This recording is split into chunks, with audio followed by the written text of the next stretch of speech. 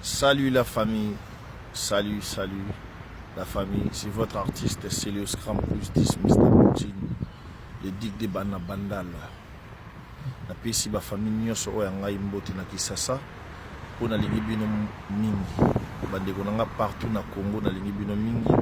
Ba famille nanga na biso ya mboka esiki.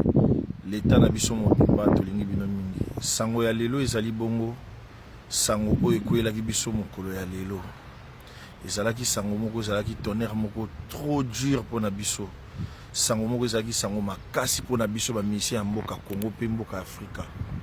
To perdaki baoba monene na mboka Congo kombo ya Papa Wemba. Jusqu'à lelo esalaka biso pasi ko perdre pour la Papa Wemba Muse Fulangenge. Foridol nyoko ya tembe. Azalaki papa oyo biso tito kota na monde ya musique. Idéologie ya bavie beaucoup Papa Wemba.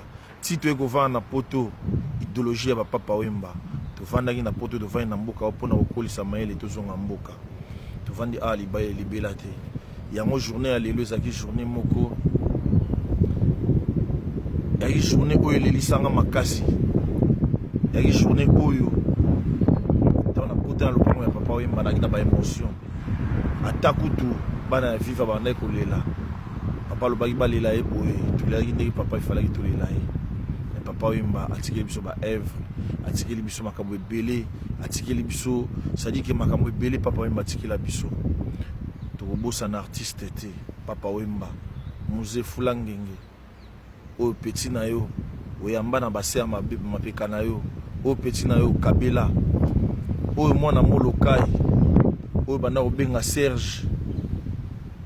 Papa Wemba Muse Fulangenge na mokili makambo ezanga raté moyi pasaka na monguna te yo moko loba yango biso bana bakoko pe baleki na yo tika biso otikela biso héritage ya rumba tozo continuer nango toujours. Papa Wemba Muse Fulangenge place ozali lelo 3 ans tokanisaka yo même temps nazolela même temps nazoloba maya miso eza kotanga na se ya maneti. Papa Wemba Muse tokobosa na ote atokufaki musika nous allons toujours na makanisi na biso kundama na terre ya ancêtre. Merci na ba ivoirien ndenge bo memela biso Papa Wemba boyaki, merci na ba congolais nde to yambaki Papa Wemba ke mafumbe nyoko ya tembe tokobosa na ote. Ainsi soit-il topesi lokumu na yawe pona mbotama na yo zala tranquille totonda botondi ba yawe pona mbotama na yo bénédiction ya papa na mama na yo la vie na yo ezala toujours dans l'hilaire na Wemba bakaladia kuba bakaladia sanata mukolo na monaka cercueil na yo nde na ndima ekokei. Papa Wemba, merci pour ses œuvres, merci pour l'attitude, merci pour les habitudes, merci pour nyonso sala pour la musique ya Congo biso bana pe bakoko baleki na oto kobosa na ote na kobosa na te ko présenter ba condoléances na famille ya papa na biso Iyolo, grand artiste de mon pays dans sala ba art ya minene. Na kobosa na te ko présenter ba condoléances na famille ya Papa Lutumba Simaro o ngai mwana na e koko na Eseleo à partir de France na za ko sala ba condoléances à famille ya Papa Lutumba na ba mama ba papa bana nyonso surtout bana lingwala tous les la papa na kimia tous les la papa malamu ba musicien.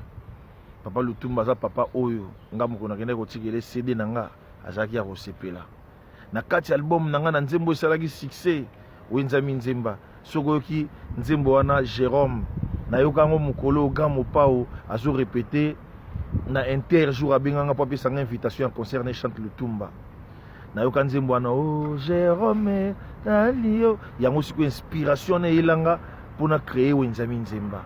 Soko ikota samedi asuka na la simplicité na bosani yote gabi mukendi yo olinga kisena kenda chikapae simotikala kosaka na seliye olingaki se nakenda Bujumbura e simotikala kosakana seli ye o naleli yoyoyoyoyo otikinga monzemba papa e o Jérôme nani yo Poète Lutumba Simaro papa ya bana koko ya bana okende malamu longoni na musala osali pona musique ya Congo pe Afrique mobimba toza kolela yo ata na musika bama ya miso ezotanga koko papa papi pepe ya bana ya Congo tozolela yo nzambe azwa lokumu papa Lutumba que son âme repose en paix forever papa Lutumba forever papa Wemba forever papa Yolo na bandeko nyonso baote kotika biso na nsima na biso na mboka ya Kisasa nzambe azala na bino que Allah vous bénisse alhamdulillah et puis bon début il y a Ramadan bientôt pour les musulmans nzambe azala na bino alhamdulillah.